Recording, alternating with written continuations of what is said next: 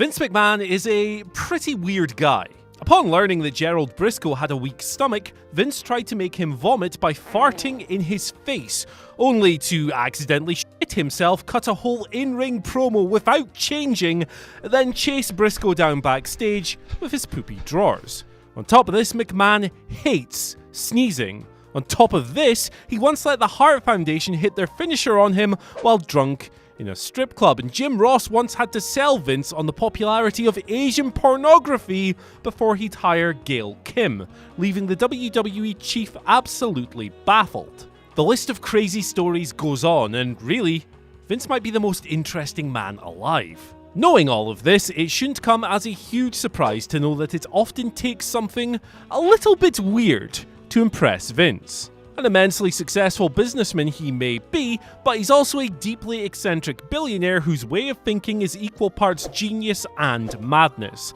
Though the examples I'm about to talk about definitely lean towards the latter. So let's take a look at some of the dafter things to ever pop the boss. I'm Andy from What Culture Wrestling, and here are 8 wrestlers who did unusual things that Vince McMahon loved. Number 8. The Miz possessed great legs. Mike Mizanin is a shining example of how far a wrestler can go with a bit, okay, maybe a lot, of charisma and a tremendous work ethic. Let's take nothing away from his success, because he deserves every last drop of it. It's safe to say that Miz won Vince McMahon over a long time ago. The aforementioned factors likely had much to do with this, but so did something a little more obtuse: his legs. As the A-lister told ESPN back in 2009, a backstage conversation with the chairman prompted his switch from wearing shorts in the ring to wearing trunks.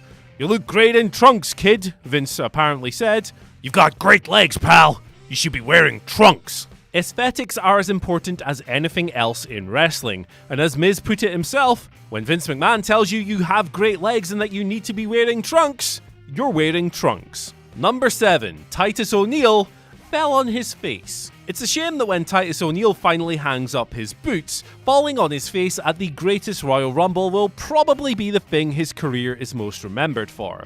He is, by all accounts, one of the nicest people in the business, a hard worker, and a tremendous bloke with a big, big heart. But whether it was worked or not, Titus World Slide was one of the last decade's defining wrestling memes. Few could contain themselves as the big man slid under the ring, with only his little booties peeking out as he screeched to a halt, with even the commentators losing their minds. It was a hoot, and it shouldn't surprise you to learn that Vince McMahon loved it. While McMahon hasn't always been Titus's biggest fan, see the time he suspended him for reaching out to him a few years ago, he joined the entire wrestling world in howling himself silly when this all went down, and a report from WrestlingNews.co claimed that the boss was in tears, prompting him to not only replay the clip several times over, but also to produce a t-shirt to capitalize on the viral surge, as well as having Titus lean into it the next night on Raw. So, in that case, a note to all aspiring WWE superstars: want to endear yourself to the boss? Take a dive. Number 6. The Boogeyman owned his gimmick. Now, there's nothing unusual about most wrestlers owning their gimmicks, because most gimmicks aren't as weird as the Boogeyman. Part of why Marty Wright's goofy character got over was because of his complete and utter commitment to its absurdities. Wright held nothing back on screen or off, pouring everything he had into a persona that demanded nothing less than total conviction, becoming one of his era's most notable mid-card oddities in the process. Was Boogeyman the most sophisticated character or the best wrestler? Well, no, but he was memorable. And that's a lot more than you can say for a lot of the period's other mid-carders. Per Mike Simon Dean Bucci in his RF video shoot interview, Vince McMahon adored this. The chairman was so smitten with the Boogeyman character and Wright's full-on performances that he'd regularly roam around the backstage area yelling, "I'm coming to get you," at anyone he came into contact with. Which partly explains why Wright was able to enjoy a relatively fruitful WWE career despite getting booted from Tough Enough for lying about his age. But after hearing all this, one does have to wonder just how many handfuls of worms Vince stuffed down the throats of his employees while this whole thing was going on. Number 5. Brodus Clay looked like a very specific dinosaur. Luchasaurus might be flying the flag for pro wrestling dinosaurs in 2020, but BRODUS Clay was one of the first to do it, having raised eyebrows when he transformed from an imposing monster to the smiling, dancing Funkasaurus in 2012. The whole thing was a giant red herring. Clay's return vignettes made fans believe that BRODUS was coming back as a brute, so the reaction when he jived out as a funk-infused dancing babyface was one of mass shock. Borrowing his theme music from Ernest the Cat Miller and flanked by his cheerleading Funkadactyls, he hailed from the planet Funk, gyrated like nobody's business, and swerved everyone. So why exactly did Vince bring Clay back as a dancing dinosaur and not a bruiser? Because he thought the guy looked like a dinosaur, specifically the dad from the early 90s TV show Dinosaurs. This guy. To be fair to the chairman, there's actually a semblance of a point there, as far as facial structure goes, yeah, you know, there's a similarity or two.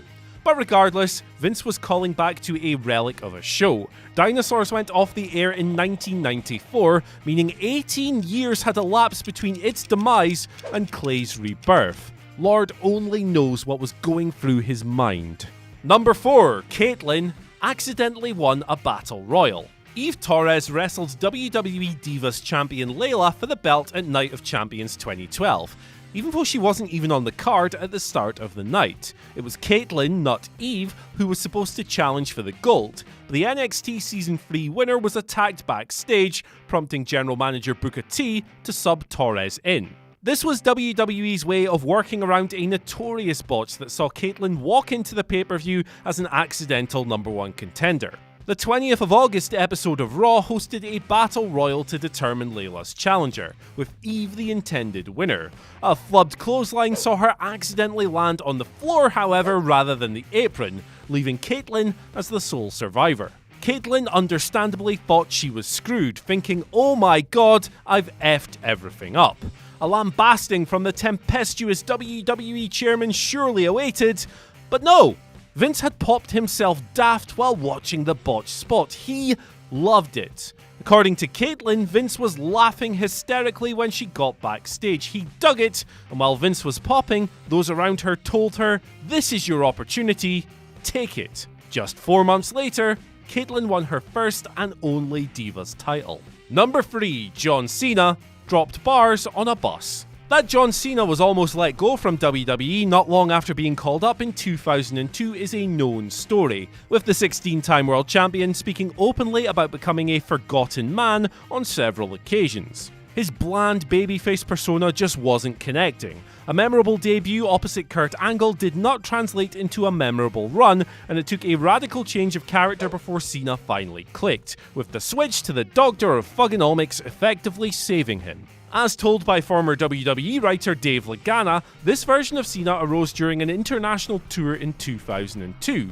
John and an unnamed superstar were spitting bars back and forth in a tour bus rap battle. Lagana, Stephanie McMahon, Paul Heyman and a few others heard this and decided that it was something worth rolling with. And thus, the Good Doctor was born. Now, of course, this whole thing must have struck a chord with Vince McMahon as well. If it hadn't, the chairman wouldn't have sent Cena surging up the card as the Doctor of Thuganomics before eventually installing him as the company's franchise player and helping him become one of the most successful wrestlers in WWE history. All because Big Match John knew how to put a Hot 16 together in a rap battle. Number 2, The Rock slammed British Bulldog on dog shit. Vince McMahon loves dog shit. That statement sounds made up, but it's actually true. Or at least, according to Bruce Pritchard, it is. The No Mercy 1999 episode of Something to Wrestle With saw Pritchard and Conrad Thompson's conversation turn to the infamous setup for The Rock vs British Bulldog, which saw Davey Boy Smith rock-bottomed onto a tray of poop. Now, Vince McMahon, he bloody loves this moment.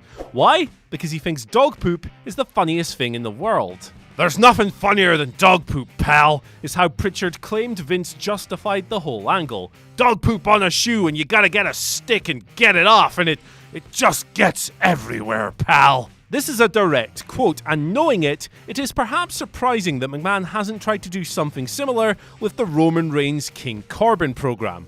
But maybe he just decided dog food was a more suitable way to embarrass a foe in the modern era. But hey, at least the poop wasn't real. Pritchard said that prop maker Richie Posner and Nick Dahl slopped it together with Baby Ruth chocolate bars, grass, and corn, saving Bulldog from a wretched cleanup job. And at number 1, DROZ puked on command. If you haven't seen this scene from Beyond the Mat before, then you need to do it immediately. Hell, even if you have seen it, do it again. It's just a classic slice of Vince McMahon mania. Darren Drozdov started in WWE as Puke because he could vomit on demand. Signed in 1998, this was his debut persona, and the 1999 documentary captured him in the act. Vince had the poor sod in his office. He said, "I've got one thing I want you to do for me, okay? And that's going to be right back over here." He said all this as he was reaching back for a waste paper basket for DROZ to empty his guts in. And then came the immortal line, He's gonna